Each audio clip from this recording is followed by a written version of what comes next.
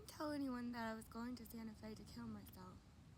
I figured that was more information than people needed. Plus, it might interfere with my travel plans if anyone found out the truth. People always mean well, but they don't understand that when you're seriously depressed, suicide ideation can be the only thing that keeps you alive. Just knowing that there is an out, even if it is bloody, even if it's permanent, makes the pain almost bearable for one day. 5 months had passed since my father's death from lung cancer, and the world was not a fit place to live in. As long as Daddy was still alive, it made sense to get up every morning, depressed or not. There was a war on, but the day I gave the order to titrate his morphine to a lethal dose, the fight lost all meaning to me. So I wanted to die. I saw nothing odd about this desire, even though I was only 38 years old. It seemed like a perfectly natural response under the circumstances. I was bone tired, terminally weary, and death sounded like a vacation to me, a holiday, and somewhere else, which was all I really wanted. When I was offered the chance to leave LA to take an extended trip by myself to Santa Fe, I was ecstatic. I leased a charming little hacienda just off Canyon Road, the artsiest part of town, bursting with galleries, jazz clubs, and eccentric cat-ridden bookstores and cafes. It was a good place to live, especially in December, when the snow fell thick and deep in the cobblestones, muffling the street noise so thoroughly that the city seemed to dance its own soft shoe. There was an exceptional amount of snowfall that particular December. Even everything seemed a study in contrast. The fierce, round desert sun, blazing while I shivered, blue-white snow shadows against the thick red adobe walls, and always, everywhere I looked, the sagging spine of the old city pressing up against the sleek curve of the new. But the most striking contrast by far was me, thrilled to tears simply to be alive in such surroundings, and determined as ever to die. I never felt so bipolar in my life. The mania came at me in 4-day spurts, 4 days of not eating, not sleeping, barely sitting in one place for more than a few minutes at a time. 4 days of constant shopping, and Canyon Road is all about commerce, however artsy its facade. And 4 days of indiscriminate, non-stop talking, first to everyone I knew on the West Coast, then to anyone still awake on the East Coast, then to Santa Fe itself, whoever would listen. The truth was, I didn't just need to talk, I was afraid to be alone. There were things hovering in the air around me that I didn't want to be reminded, that didn't want to be remembered.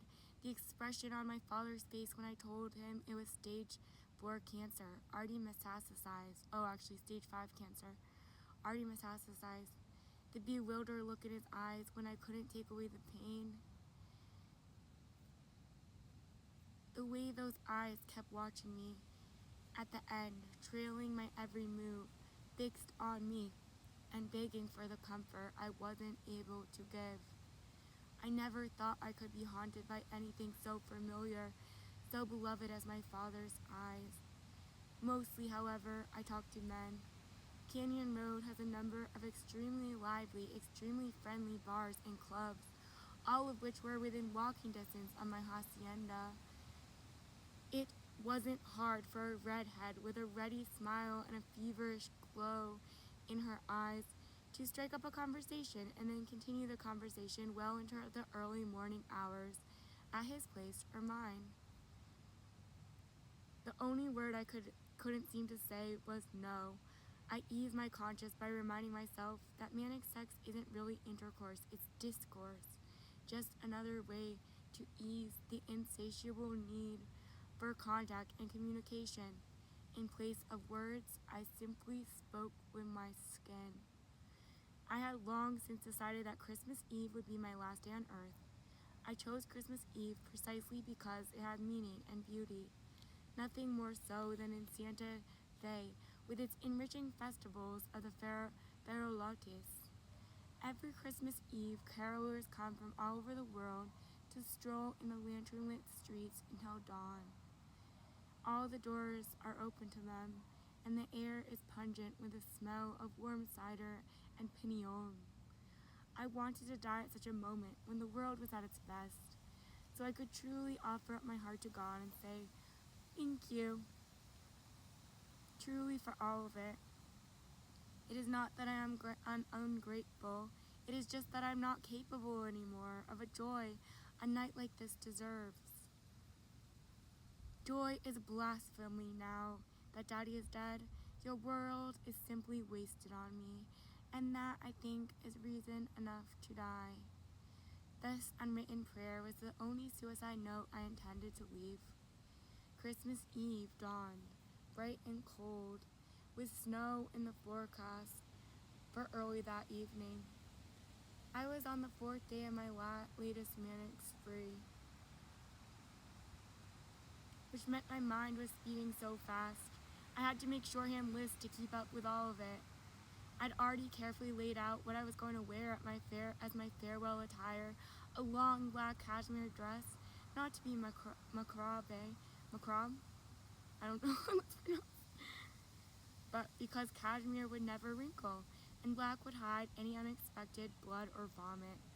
I'd also laid out all the pills I'd saved up over the past year, including all the heavy-duty cancer meds my father had never lived long enough to take. They were neatly arranged in probable order of lethality and grouped into manageable mouthfuls, approximately 10 pills per swallow. Counting them one last time, I realized I had well over 300 assorted tablets and capsules, which meant an awful lot of swallows. Which I didn't have was sufficient tequila to wash them all down. Water was not an option. I needed the interaction. So it could not be helped. I put on my gloves, hat, and coat, grabbed my car keys off the counter, and dashed off to the nearest liquor store praying it was open. The snow was falling just heavily enough to slow my progress, but I was in luck. Not only were they still open, but my favorite tequila, La Piece, in a Coca Blue bottle was still on sale. I bought a fifth, then turned around and bought 2 more. There seemed little point, after all, in economizing. The old sales clerk, who had waited on me many times in December, held out his hand and wished me a Merry Christmas. I shook his hand briefly and then turned back and gave him a big hug and a kiss on both cheeks. "Merry Christmas," I said, as something cold and sharp twinged inside me. I had promised myself no goodbyes. The snow was falling thick and fast by the time I got back to the hacienda. The car heater wasn't working very well, and I was shivering, so cold I could barely open my purse to get out the house key. I hated being cold. Rummaging through my purse with half-numb fingers, I wondered if the body felt the grave, and if that final chill ever truly left the bones. 5 frustrating minutes later, I realized the key wasn't anywhere in my purse, nor was it in the car, nor was it lying outside in the snow. It was, quite simply, somewhere else, and I was locked out of my most desperate dream. Fortunately, my cell phone was still in the glove compartment, charged and ready. A helpful operator took pity on me and managed to find me the only local blacksmith working on Christmas Eve, but it would be at least an hour, the locksmith told me, before. "Better bundle up and stay warm," he said. "I'll do better than that," I thought. Uncorking my bottle of La Piece, I took a long, deep swallow and started singing Christmas carols alphabetically to myself.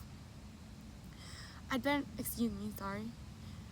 around the alphabet 3 times and back again by the time the locksmith finally arrived, a good hour and a half later. I was singing at the top of my lungs by then, and I didn't hear his key tapping against the ice-encrusted window. All I saw was a pair of red-rimmed eyes under big, white, bushy brows through my windshield, and I was drunk enough to think of Santa Claus. Door, I said, pointing, is locked. Well, he fiddled with one key after another. I asked him all about his work, about life in Santa Fe, about life in general. The old manic craving to know everything was fierce upon me. But luckily, I found a willing participant. In fact, I could barely ask my questions before he answered them at length and in depth. It hit me that he was talking even faster than I was, and that his answers didn't quite sound right. There was something wrong with him, something slightly but significantly off, I thought, and practically toothless. A single front tooth was framed by 2 stranglers at the bottom. The rest of the gum was raw and black, like a thick slice of calf's liver, and his eyes weren't just red, they were bloody. The white shot through with virulent streaks. Even through the heavy haze of tequila, I heard a warning bell go off. Step back, I said to myself. Get formal. Slow it down. But we were already well into the strange rhythm, me asking, him answering, me listening hard with all of my body. I didn't know how to stop it. I was worried about offending him. Before I could figure out what to do, his supply of keys ran out. He was stumped. The only thing left to do was break the window. I loved the idea of smashing glass at that moment. I wanted to do it, but he refused. Wrapping his old hand in a greasy old rag, he told me to stand back and close my eyes. Then he bashed the pane. Once, twice. Then, on the third blow, the glass trickled onto the tile floor. There's nothing quite like breaking something. The law, a pane of glass, whatever, to embolden a manic mood. This calls for a drink, I said, as he unlocked and opened the door. I laid it all out, shot glass, lime wedges, a shaker of salt, a newly opened 5th of tequila. Since this was probably the last toast I would ever make, I wanted to say something profound. But more than that, I wanted to drink. Here's to breaking through, I thought. We clinked our glass. I saw a patch of blood on his short shirt sleeve. You must have cut yourself on the window, I told him. Sit down, I'll take care of it. It's nothing, he said, pulling his arm away. Sit down, I repeated. 2 years of taking care of an increasingly infantilized father had given me a competent, no-nonsense sense of authority when it came to nursing. He sat down and started unbuttoning his cuff and then stopped. I can't, he said. A lady like you should not see this. I've seen blood before, he said, laughing. It's not that. I'm sorry, are you burned? No, he said, squirming. Scared? Not really. I reached over and put my hand on his sleeve. Then don't be silly, you're bleeding all over my table. Without looking at me, he finished unbuttoning his cuff and rolled up his sleeve, thereby exposing from wrist to bicep the single greatest display of pornographic tattooing I had ever seen on one man's body. I'm like this all over, he said. I used to do drugs. My judgment wasn't so hot back then. Inadvertently, his bicep flexed, sending the fat couple engraved on it into a copulating spasm. I felt my face flush red, but I couldn't look away. It was grotesque, but mesmerizing in a freakish carnival sideshow way, and strangely innocent, as devoid of sexual appeal as the Sunday funnies. I couldn't help myself. I burst out laughing and told him I'd seen far worse on my travels. He didn't respond, nor would he meet my eye. I started to clean the small cut on his upper forearm, hoping to relax him, but if anything, the contact made him more nervous. I'm so sorry, he kept saying. If I could, I would burn them all off. It's okay, really. Hold still. No, I'm hideous, he insisted. Sometimes I just want to die. There are a lot of easy ways to respond to a statement like that. Superficial, cheery bits of wisdom. But the irony, it slowed me down. Here I was, just waiting for this poor man to leave so I could finish killing myself by midnight, and I was supposed to reassure him about the sanctity of life. I poured us both another shot of tequila. He pushed away his glass and shook his head. I saw a tear begin to form in the corner of his eye. Toothless, tattooed freak or not, he was suffering. I knew only too well how that felt. I turned his arm over, exposing his wrist. It's dancing, fully erect horn devil. I moistened the area with tequila, sprinkling it with a bit of salt, and then bent down and licked between the tendons. Then I tossed back the shot, slamming the glass down on the table, and sucked on my lime. That is what I think of your silly tattoos, I said. Now have a drink. It is Christmas Eve.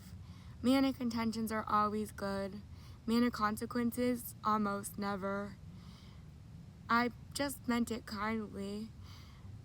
But then, I meant it kindly, one injured animal licking another's wounds. But then he stood up all at once and grabbed me by the arms, pulling me close to him and kissing me full in the mouth. I tried to break loose, but his grip was just too strong, his mouth too insistent. I didn't want sex, I just wanted to talk for a minute or two. Then I wanted to die. Plus, his mouth tasted foul, dark, and sour. I couldn't get rid of the image of those liverish gums. A strong wave of revulsion swept through me, part tequila, part bile. I struggled once again to get free. I felt his hold loosen, took dizzy step backward and heard no, the single word no. And I don't know which one of us said it before the world went